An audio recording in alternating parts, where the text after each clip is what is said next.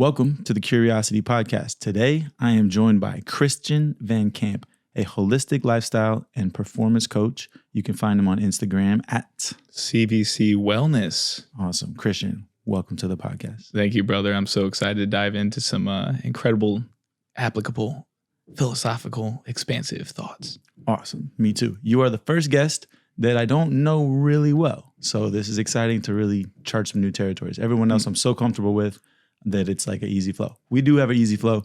We met at the Format Music Festival in Arkansas a couple weeks ago. Now you're out here in Venice Beach, California, crashing in my place. I'm so glad you're here. Welcome. Okay. What we're going to get into, just a couple notes. We do have a timer here on the wall. So if you're watching and you're wondering when we're going to stop, it's about that much time. Also want to state that this is the conversation I want to have with Christian, not necessarily the conversation you want me to have with Christian. Also, the rights of the guest, you can stop and ask me a question at any time. So there's a two-way conversation. Mm-hmm. Okay. Love that. Let's get into it. I want to break apart your title word by word. There's 4 big words in here: holistic, lifestyle, performance, and coach. Can you break each of those words out just a little bit more? Yeah. So holistic, in my eyes, is encapsulating the 8 dimensions of wellness. And we'll see if I can nail this because there's quite a bit. Spiritual, mental or intellectual, emotional, environmental, physical, your physical body. You have your financial, your occupational, and there's another little one that is on the tip of my tongue. You guys can look this up, but the whole idea is that you're forming all 8 dimensions of wellness together in your life on a daily basis. So if you look at your life like a wheel, and you have a pizza slice taken out, you're going to be pretty smooth on the ride until it spins fully, and then it goes over that rivet, and then it creates a bump. Right? So what's the missing ones? Could it be romantic goal, like the love slice? Yeah, exactly. It could be a piece of that puzzle for that individual, right? Okay. So it sounds like, social. That is the one. Social is the 8th one? So that is is some kind of relational one. I was trying to figure out what's lacking in that wheel. But okay. Cool. So what would you say out of the ones I've mentioned, if you can remember, seem like it's almost like, I could use a little bit more zest in that area, right? Okay. So everyone's is unique and different according to Give me the 8 again. I'll tell you my squeaky wheel. Okay. Environmental, spiritual, physical, emotional, financial, occupational, social, and physical. Did I mention physical? I don't think I did. You did it the first time you went around. You said your body. Okay. Yep. The squeaky wheel is spiritual. I have no idea what spiritual means or the place it has in my life. I had a period of time where I was a hardcore atheist, like militant out there, right? Then I got into psychedelics and I was like, wow, there's more than meets the eye, certainly.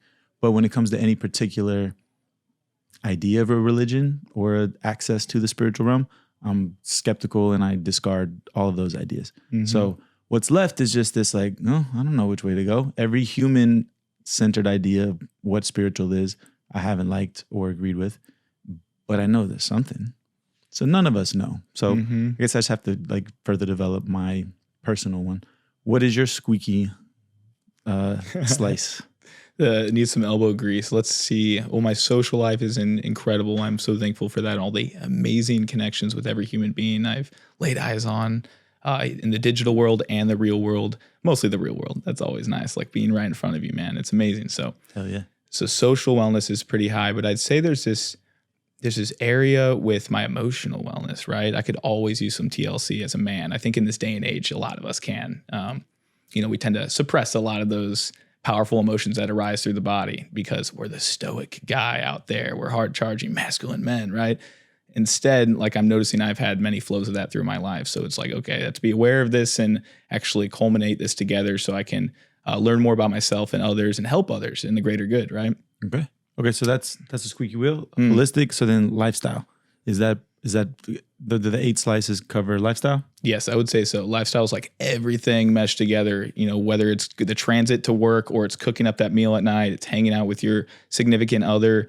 It could be going to the beach, it could be anything at all. So that's lifestyle. So the habits that contribute to your 8 slices. Yes. And I would say actually just going off of that real quick, everyone says work-life balance, right? I think it's just life balance. I think people need to start, not need to, but it would help immensely if we started looking at work as life. So then we can have that life in our work, right? So I think that's something just to point out right What's there. that quote about working versus living where someone's doing it, and then the goal is for no one to be able to tell the difference from when they're just living or when they're working. I know exactly what you're talking What's about. that quote? What is it? Yeah, someone out there just channel it to us. We'll get it in there. We'll put it in the show notes, which don't exist, so it won't be in the show notes. So Google it yourselves because I don't have time. All right, and then the next word is performance, and so we all know what performance means, and I want to shift to a book of questions question to see if this. So like, performance is the the optimization of the results you get out of life. You apply your effort. Okay, if you quit everything you were doing and focused all your time, attention, and energy on becoming a professional golfer. Do you even like golf? Yeah, putt-putt's cool. Yeah, I like golf. If you've dedicated every waking hour to becoming a professional golfer, could you do it?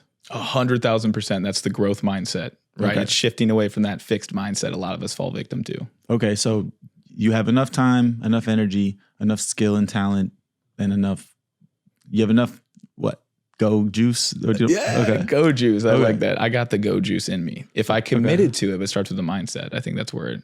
How high could you climb? How professional? Like, are we talking winning tournaments? We're talking winning majors? I mean, I guess... Gonna be better than Tiger? Yeah. Tiger is coming. I'm a lion coming after Tiger if I put my mind to it. Watch out, Tiger. Christian could be coming. Okay, let me twist that question a little bit. Pretty much to become a world-class chess player, you have to start at like age 5. Pretty much. Do you think if you quit everything and studied chess full-time, you could become a grandmaster? Absolutely. I still have my mindset there. Okay, great. Yeah. That's a mindset one. Okay. And the last one is coach. So how much can a coach really do, right? Like you can bring a horse to water, you can't make him drink. How much effect, like in your best cases, how good does the coach do? And in the ones where it like doesn't quite work, how much can the coach do? That's funny. So let's start off with defining what coach means. I mean, last week I was having this conversation with a bunch of men who were in the similar arena and their colleagues. And we were thinking about the word coach in itself because we have these labels, right? So we were exploring all these different words like healer, guide, mentor, all these words. Coach is in there, right? Therapist, all these things. And I'm like, I don't have a word. I just use that word, right? It's so expansive. So instead I was like, I'm a superhero, and it just felt good to say that. Good. So, I think in the aspect of all seriousness is like coach is like someone who's guiding someone. So I like this analogy where it's like, I'm the walking stick. You're the one going on the hike. I'm just there to kind of give you that extra zest when stuff gets a little difficult, the trails get a little heavy. I'm here to provide a little support or a lot of support, however it works, right? And the individual is the one really going on that journey, doing that hard, rigorous work. Okay, excellent. I find a trend that people who have what I consider incredible philosophies that they build from did experience some sort of difficulty as a younger person. So there's this incredible stat that of all the self-made billionaires in the world, like half of them lost a parent before the age of 6. That's incredible that like they had to start growing up and that they got on this like early track of self-reliance and all these things. So could you tell me your story and could you allude to anything maybe that happened early on that was difficult that led to this, what I consider incredible philosophy for how to live? Absolutely. So when I was 15 years old, my little sister was about 13. This is March of 2014. This is quite a bit of time away. Around that time at least. And December, Christmas Eve, my little sister Nina was administered into the hospital with pneumonia and a bunch of hard, like difficult health issues coming up. And we were just like, okay, Nina has gone through this her entire life. This is just going to be temporary. She's going to come back home later on. Well, months passed. She was 3 months in the hospital. My parents were going back and forth. I was still in high school, early high school, trying to figure my mojo out. And it was difficult because I'd visited her and stuff, but she's losing weight, right? She's starting to get under 100 pounds. And eventually her heart was at the point where it was failing. And she was, just a preface, born with hypoplastic left heart syndrome. So this is basically where you have a 3-chambered heart, unlike a lot of us who have 4-chambered hearts. We have the ventricles underneath and the atrium above. Nina actually was devoid of a left ventricle. It was completely filled up with muscle. So her whole life, poor circulation, poor energy. Like imagine just going on a hike. You're like, you wanting to go with your friends, whatever, by yourself. and you are gassed out within the first 100 feet. That's how she was throughout her life. It was just so hard for me to fathom because I've always been into sports. I've always played soccer, endurance, running, using my heart rigorously. And so eventually her heart started to fail and she received a new blessing heart in March of 2014. And so now she has this beautiful pumping heart. So I'm really big on the idea of, if you're going to pass from this crazy world, don't just turn into ashes, become something for someone else. Utilize your incredible organs and transmit that energy into someone else to keep their life source energy pumping and making that difference on the planet, right? Okay. And she actually has had crazy stories come up herself of feeling this energy, because this is a grown man's heart in her chest, like a 26-year-old man that died in a motorcycle accident is in her chest. So that life source of that man is living into her, that big bumping heart. So she is having some spiritual, speaking of the word spiritual, this is kind of what alludes to that, is the idea that she is having this energy flow through her that she can't put into words. That's kind of a spiritual encounter, right? Where it's like this, I feel this, but I don't know how to explain it. So she's been through, a complete hell and back shift throughout her entire life. I never really had that issue, right? I've always had pretty fruitful health throughout my life. And so all that being said, main inspiration for me going down this holistic lifestyle and performance coach path. Mm-hmm. Excellent. You're a humble guy, so you probably won't say it. I think I see the metaphor of like how you want to become like the heart for other people that you affect, right? Like other people that have some affliction, but in like your ideas are like a transplant for them to experience their health renaissance like your sister experienced. So absolutely. No, I got this kind of cliche EKG wave, electrocardiogram wave on my chest. Don't you ever call that cliche. It's not cliche. Never. But, thank you. But it's beautiful. It just spells out life at the end of it. And when I was 16, I got it. I was really young, but it felt so right. It felt like I'm doing this through an extension of her. I'm carrying her torch is my ultimate goal, is carry that flame she has emitted into the world. Hell yeah. Excellent. Yeah. What's her name? Nina Vancamp, Nina Ann. Shout out Nina. Shout out to Nina. Love you. Okay. Love you too. Let's talk about words. So the last guest, Molly Jane, we really talked about how human language is like a limiting communication form, right? Like we want to express ideas in the limits of our language or the limits of our ability to communicate.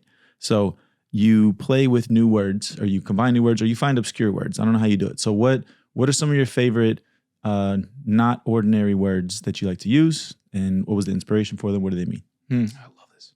Symbiosis. So symbiosis. That's like the quality of two entities working together to create more, right? So like what's an example in nature?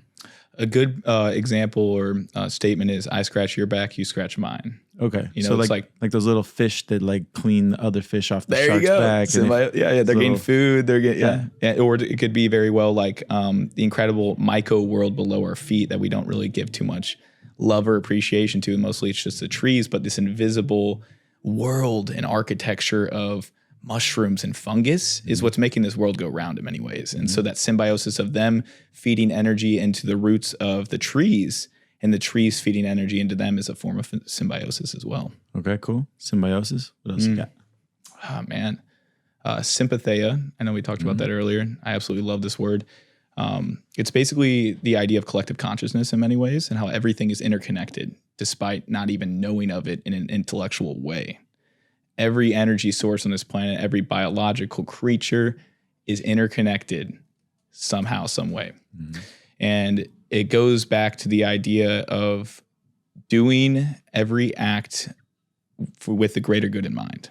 So every act you put into this world, every thought you transmit into this world, negative or positive, will make an impact on the greater good and the people on it and the animals and the plants. It's that entire macro effect with all the micro encounters. Okay. It's really interesting, yeah. Do you have another word? Amor fati. Yeah. Okay. So you told me about this one the first time we met. Yeah. Expand on this word. So amor fati is love of one's fate, or love your fate. And it connects directly with the other term, memento mori. Memento mori. Memento mori is meditating on death, and love of one's fate is amor fati. And those words are just so beautiful because they're deep-rooted into Stoicism from Marcus Aurelius 2,000 plus years ago in ancient Greece. And it's just, I always go back to it when I feel like I'm kind of lost in the crazy world, right? And sympathy is another one of those. Like, have the greater good in mind, have justice in mind, meditate on your death, because death is life, life is death, so it brings you back to the present. Memento mori. And then we have amor fati, like, love your fate. What kind of legacy do you want to leave in this world? Throw the ego aside. What kind of legacy do you want to leave in this world that's not for your name, but the imprint you'll make on your energy in the world? I don't care if my name's forgotten. I care about other people getting affected, that they affect the generations below us. I think that's what I want, you know? And if you think about it, something that's kind of morbid in a sense with Stoicism is Marcus Aurelius is like, you're just flesh and bones, you're going to die. People forget about you within a year. People forget about you within a week. They're into their lives, right? Now it sounds dark, but it gives you an idea of like, whoa, this world's very expansive and huge. I need to come back into how I can make an impact, because everyone's impact driven deep down. Is everyone impact driven deep down? Instagram exists. I don't see a lot of. Okay, yeah, I guess I could play devil's advocate like you too on that. Okay, one, so I don't know. My publisher for Book of Questions, say hi if you're watching this. She gave me a great one about resume values versus eulogy values. So think about the resume values we chase, which is the Instagram mindset, chasing celebrity, chasing fame, chasing adoration in this many ways, chasing validation in these many ways. And then eulogy values. So these are the values that you hope people recognize in you after your life is said and done and dusted. So does that lead to what you're talking about? That like, that's the impact, like eulogy, like that's the orientation you're trying to take in your life of how you decided what to do. That's precisely it. Okay. That's exactly what I'm thinking. There's like these two different phases of the moon that come together. And it's like this dark side, which is kind of like this egotistical, like I'm here now getting my fame, my fortune. Then there's this aspect of how is that going to affect anyone, like deep in the end? How am I using that fame and fortune to impact others for that eulogy, right? Okay. A book I came across recently, The Sunny Nihilist. And nihilism as a philosophy has a very bad reputation. Horrible reputation. Reputation. You're a nihilist. It's immediate derogatory. Yes. And in this book, she gives a sunny side of what this could mean and feel like. And she references the thought, yes, one day I will die. One day no one will remember me. And in that moment, she experienced this big existential relief. The first time you came across that idea, did you get existential anxiety that eventually no one will remember you? Or did you feel existential relief? Different moments of life. I think earlier in life, existential, because I didn't really know my purpose as much. And I was a little bit younger. I was trying to find where the hell I was going because everyone was lost. And then I kind of went down my own route and kind of discovered a little bit more self-time, more time coming inward with solitude. Like I could see my soul a lot more spending time alone. And I find that helped me tremendously with shifting that mindset into what you're saying. I believe with the latter of what you said, coming to the realization that, hey, I'm not really fearful at all about death. I'm almost excited about it. And that also can sound very morbid to most people hearing that, like, you're excited about death? That sounds like you're going to commit suicide soon. It's like, no, not in that mindset, but where like right now I'm so present because of memento mori. Right. What would your life mean? What would any of your choices mean if you were going to live forever? Yeah, right. None of your choices would matter. Okay. In the spirit of death, how much would you pay right now to add an extra year at the end of your life? What's it worth to you? Man, it's a trippy concept. I would say, Ding. It's there's almost like not a number I can even pull up. Oh, I would pay $1,000. I'd pay $100. We need a number. Okay, fine. I'll pay $100,000. $100,000. That's all I want. Extra life. Yeah. Respect. Okay. I get the impression that you think a lot about relationships, the male and female, as we go through life. What are some relationship green flags? Man, green flags. Ding. Yeah, I think being able to have a good sense of humor is a huge one, and being relaxed with it and not being serious, being playful. So playful, having a sense of humor, a sense of sarcasm, a sense of lightness in that childlike playfulness we were alluding to in the beginning here before this conversation. And I think that's definitely something that lights my inner child up, right? What's a micro one, right? So like one of the, like a micro quality for example, like being nice to the waiter, or always being always like asking Uber drivers questions? Like, what's like a micro Christian green flag? Man, a big green flag for that. I would say wanting to move frequently, not feeling comfortable being stagnant. That could be macro, I guess, but I think the idea of my eyes think that's kind of micro. Not that many people think about that. Like, I think, at least I think not that many people think about that. But Wait, what? I think not that many people. Inception. Okay. Right. So I would say, wanting to be moving consistently. I'm always bouncing around, man. Yeah. So that's in my personality. I need a woman that would be able to work with that in many ways. Okay. Respect. Where is monogamy going to be 10 years from now as a society? Man, I mean, I think a lot of people are opening up to the gates of polyamory and the idea of being free. And, but let's see, that's also a strange thing to call it free. It just depends on the individuals that can work together, the compatibility, the symbiosis that can emerge with this, like polyamory aspects. So I think monogamy is definitely shifted big time, man. I mean, if we look at our parents, even already it's shifted huge. Yeah. Right. But changes seem to like change, like changes seem to be exponential, right? Mm-hmm. So like they happen a little bit, and then whoosh, right? So in our short lifetimes, gay marriage was like not okay. Yeah, better. And then it's like, great, fine. Rainbow everywhere. Terrific, right? Marijuana, everywhere. It's fine. Go for it. Now, psilocybin's happening quickly. Right. Like with less than a year, it seems like. Yeah, there's 30 shops opening like up legally. Shoosh, right? Mm-hmm. So how quickly just put your prediction hat on. Do you think more than 40% of Americans will be in polyamorous relationships by the year 2030? No, I think it'll be like 2100. Okay. I can be confident in that. Yeah. Okay. A little bit more confident. 30, 40%. Sure. I can see that. I think these generations are shifting so drastically too, with the idea of like, oh, at 1 second I can post something, at 1 second across the world, this person can view that. Like, whoa. So one feedback loop is incredibly fast. And so like just one thought I transmit onto this device can easily impact and sway someone's thought process around it in a moment to where they can dedicate their lives to living in that way. Mm-hmm. That's crazy. That's trippy. I mean, even myself, seeing a lot of things influence my mindset around things, like just from one conversation I've listened to on a podcast online or whatever. So I think that's definitely possible for polyamory to emerge in 100 years. Okay. What about alcohol? How quickly do you think that's going away? That question was leading. I'm going to rephrase. What if alcohol was a stock? Would you buy it or sell it right now? I would sell that. I would get that off my hands immediately. I mean, that goes back to me though, just like getting rid of things I don't support. But yes, I would. Okay.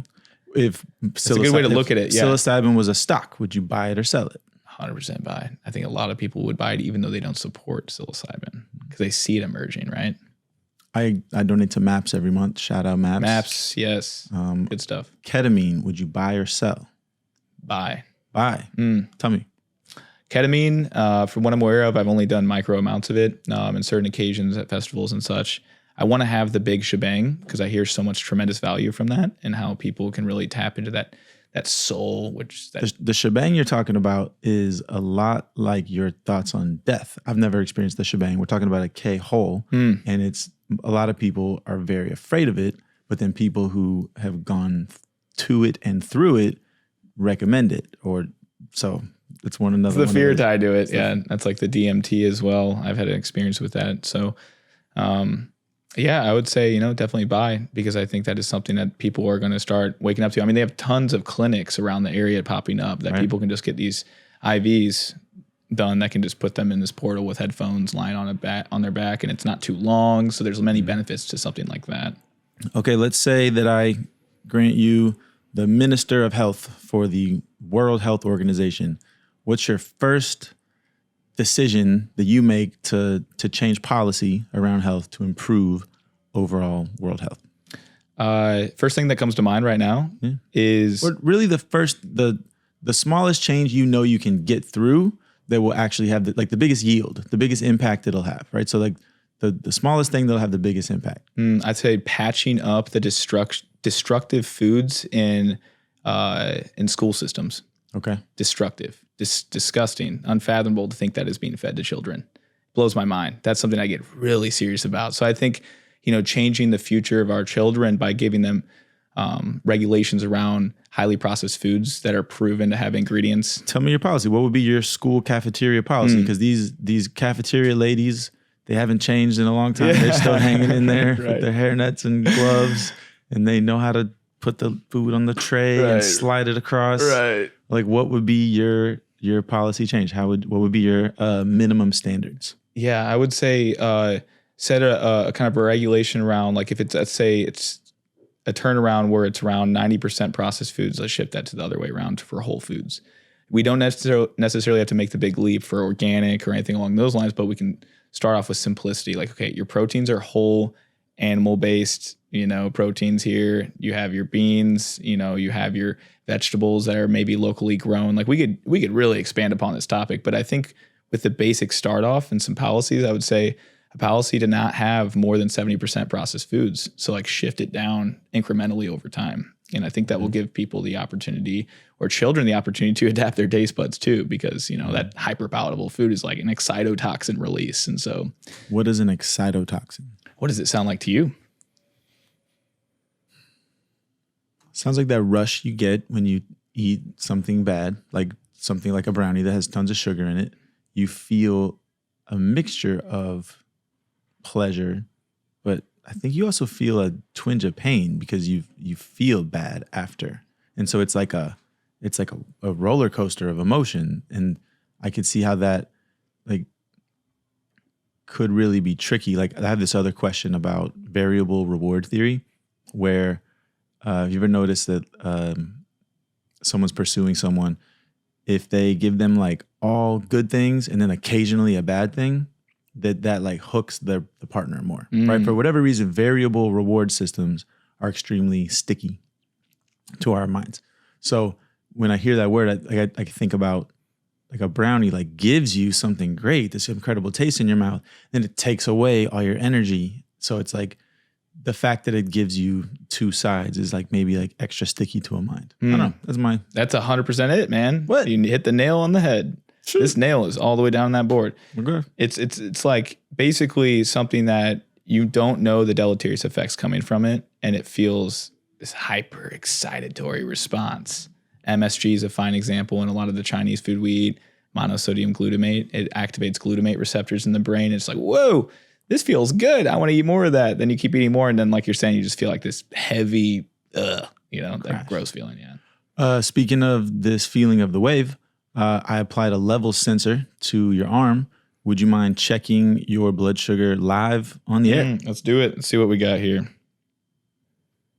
Check glucose. Ooh, it is high. Whoa. It's from all those 150, dude. 150's out of range. That is out of range. Shout out Josh Clemente, Levels Health. Yeah, after eating all that stuff, what'd you have? Had some is it this bunch of, I've been curious about nuts because I feel this kind of, speaking of excitotoxins, it may be a toxin for my body. Okay, which nuts did you have recently? A ton of almonds. Almonds are pretty much great in any quantity. Mm-hmm. Cashews will quickly get you out of range. Cashews, I hear, are pretty good with the fat potentially, but no, they have. Oh, you've tested for yourself? Yes. Yeah. Cashews. But this goes back to bioindividuality, and how you may be eating these nuts that are so good for your blood sugar. I may eat it and it might spike it up due to some slight histamine response or elevated inflammation. I'm skeptical about that because I've seen extraordinarily predictable responses from blood sugar. Very predictable. So let's set an experiment. Let's both normalize our blood sugar, and then let's both eat the same thing.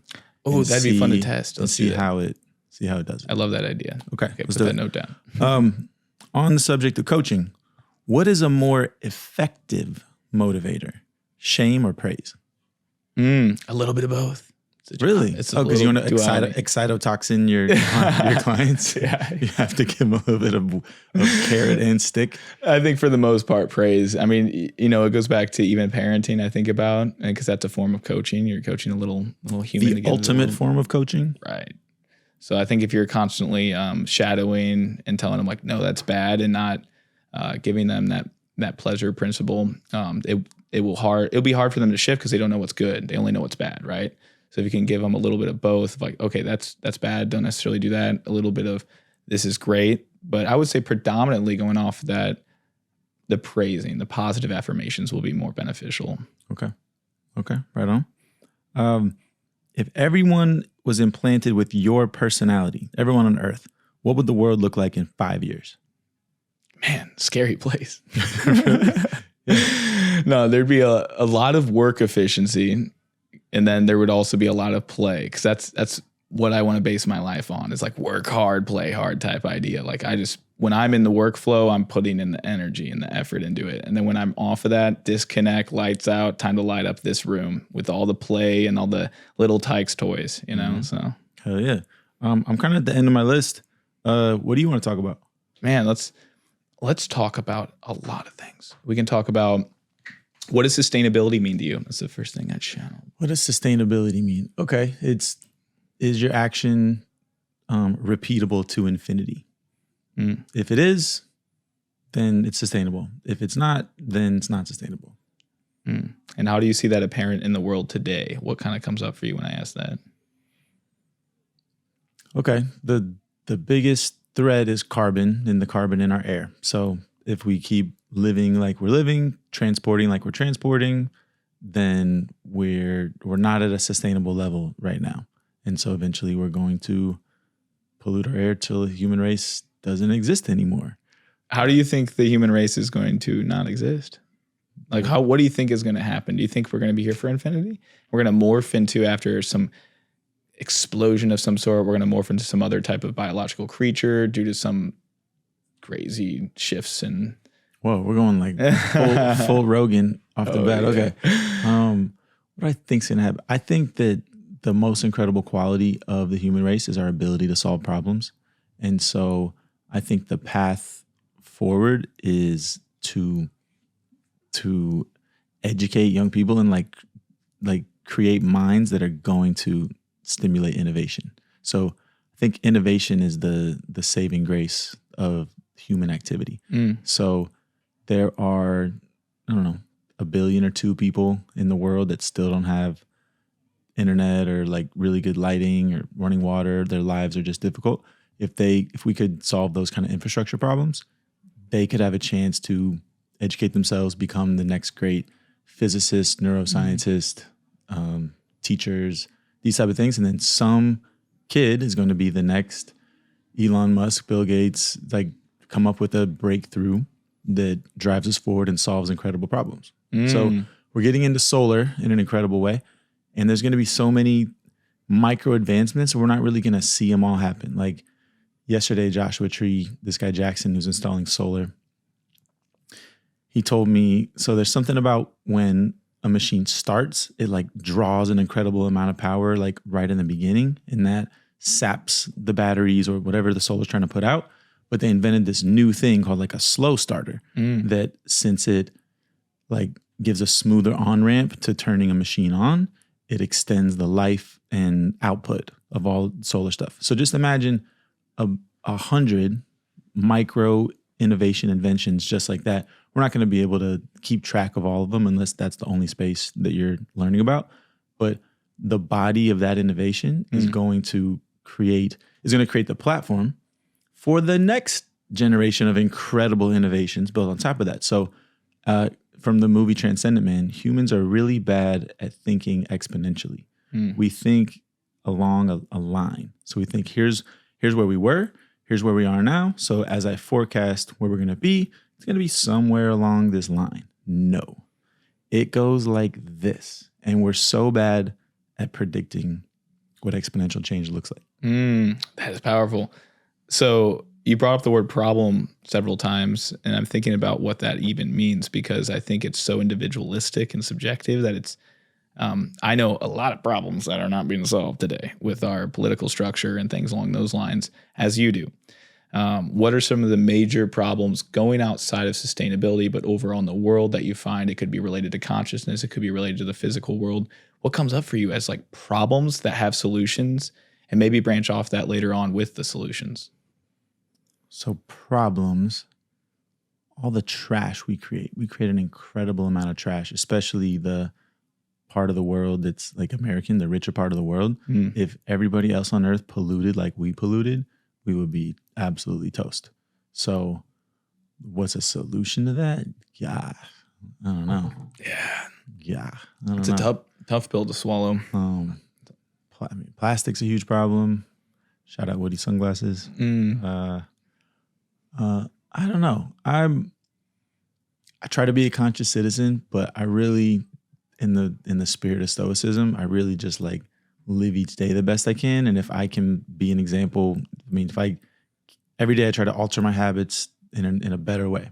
And so if I can do that every day and the people around me see it, that's kind of the most change I can make. And so being hyper aware of the world's amazing problems, and they're amazing. They're so big, our problems. But I just can't like fully live life spending so much time and attention on just understanding the vastness of the problem, much less getting to a solution. Yeah. So, okay, going off of that even more, you said the word can't. What comes up for you when you hear the word can't? In what context? Well, like when you say, I hear the word can't quite a bit in my life. When it comes out, I catch myself right away. It's one of those words I program myself to catch. Okay. Same with the word need. Same with the word want. What about the word should? That's another one. Exactly. Hate that word. Yeah, I should do that. Or I'll try to do that. So-and-so should try. The word try gets under my skin. Right. Or what are your alarm words? Can't, try, should, would, could. Yep.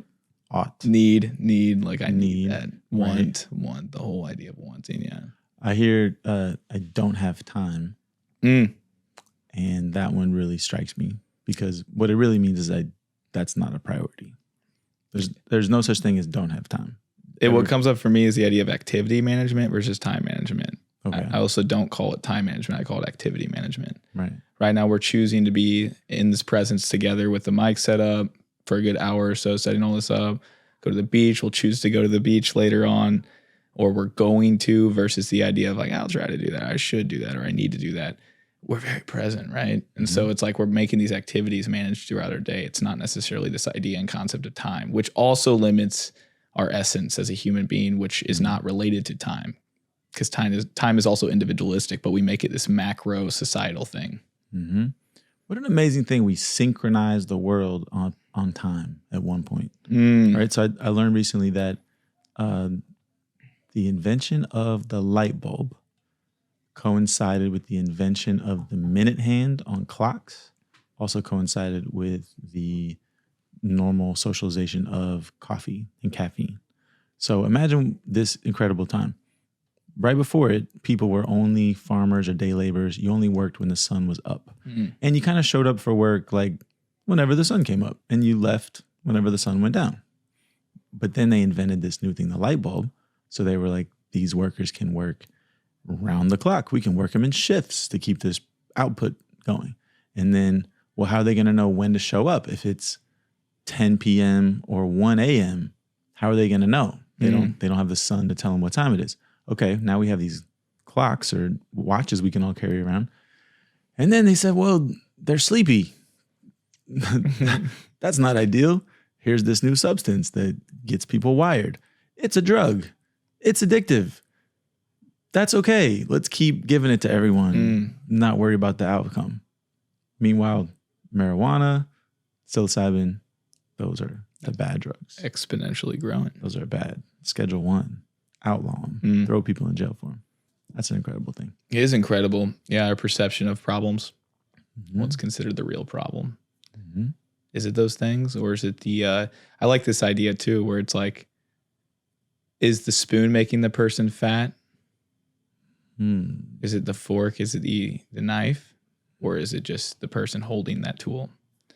Is the gun killing the person, or is the person killing the person? So obviously the gun is not doing the killing. The person pulling it is. But imagine if every gun on earth was like a button. You just like press a button and it shoots. The more buttons there are in the world, the more shooting there's going to be.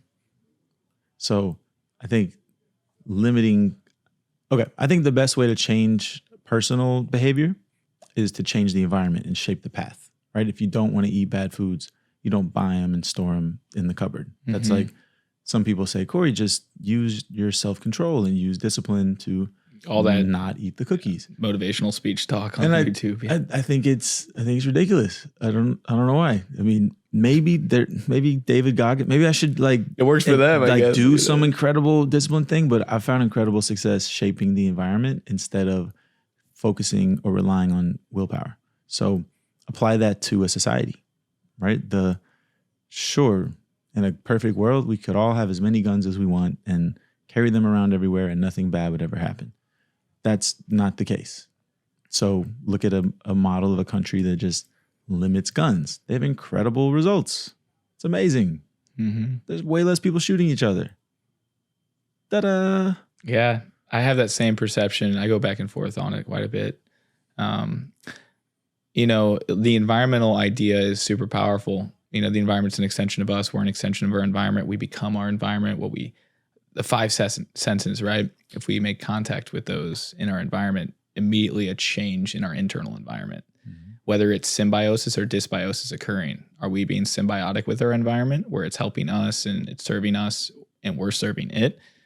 Or is it creating this disaster in it, this dysbiosis, this lack of harmony between the two?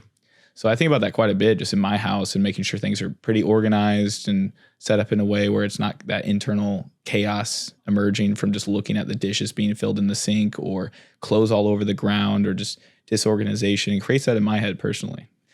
What I love about your space is you have organized chaos, and that's what it felt funny about it. It's like awesome.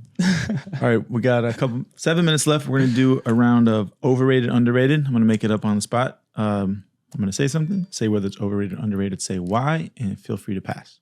Okay, overrated, underrated. Spirulina. Underrated. Tell me why.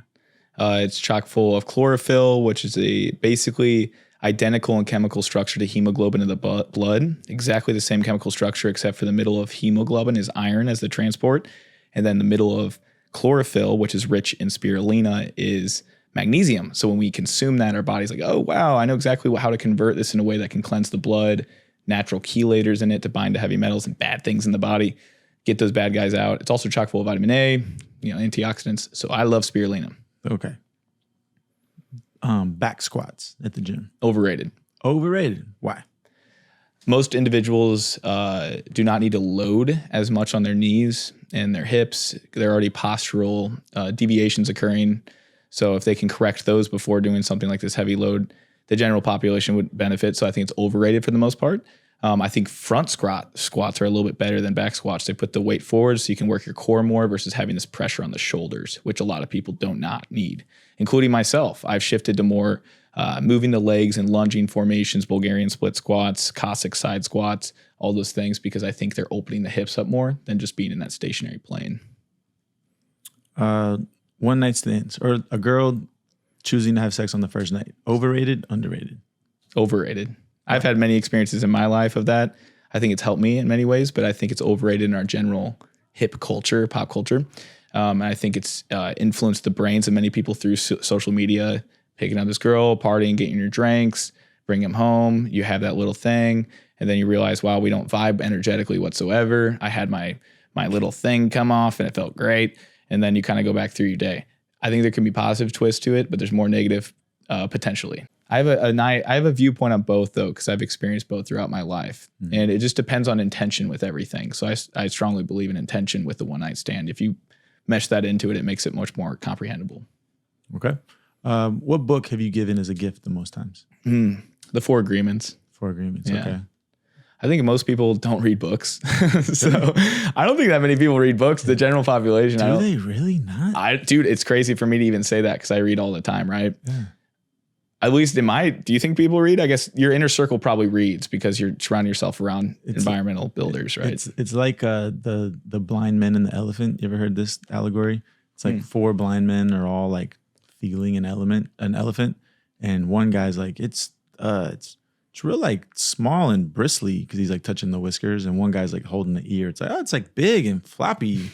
One guy's like holding a foot. He's like it's gigantic and heavy, and one guy's holding the like. I have no idea if people read. How would That is a good point. Yeah. My local experience is that a lot of people read, but I'm constantly giving people books from this wall.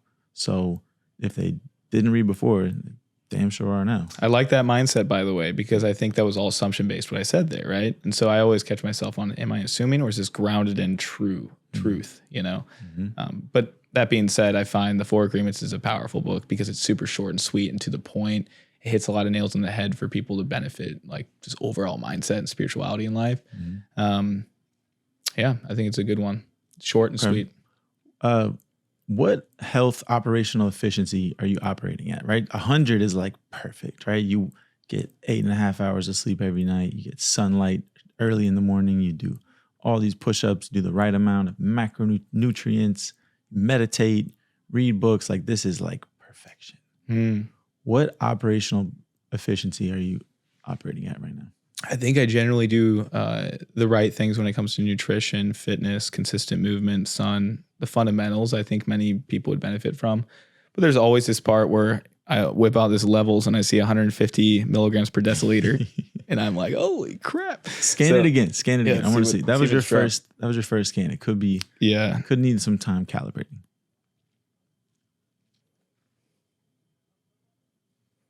See, it went up even more, 164. That's really, really high. We'll keep an eye on it. I'll keep you posted. Yeah. I'm trying to get in that range of, the 70 to 120. So. Ketosis, overrated, underrated? Ooh, I think it can be underrated in general medical applications. What does that mean? So in the world I live in, it's overrated with a lot of nutritional things, but I think it's underrated in the way that like many people with epilepsy, with diabetes, with certain things may benefit from it, right? Yep. So I think most people that get hype on something like that are already in kind of a performance-based lifestyle and they're eating pretty clean and things like that. So they're like, let me try out keto. Let's go take this to the next level. So I think for the most part, there's a lot of medical nutritional aspects of it that can be used. All right, let's really piss some people off. CrossFit, overrated, underrated? Overrated. Why? I love CrossFit. I've delved in it a lot myself, but I think it's attracting, going back to who it's helping, it's attracting people that are just getting started in fitness for the, like, generally it really is, and these people are getting hurt a lot. I've had clients that have done CrossFit, they got injured, their shoulder messes up.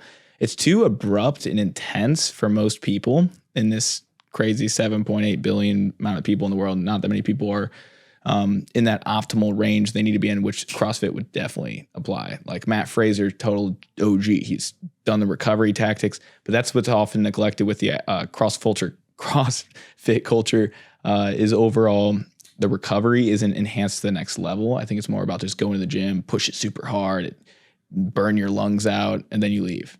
And I think there's like this area that could be nestled into it, like the nutrition optimization, the sun, the nature. And that would be cool if the community of CrossFit was all about that, right? Yeah. The recovery tactics versus just the working out tactics. I feel you on that. Yeah. All right. Last question. If you could have a billboard that says anything and your goal is to influence the most people positively, what would that billboard say?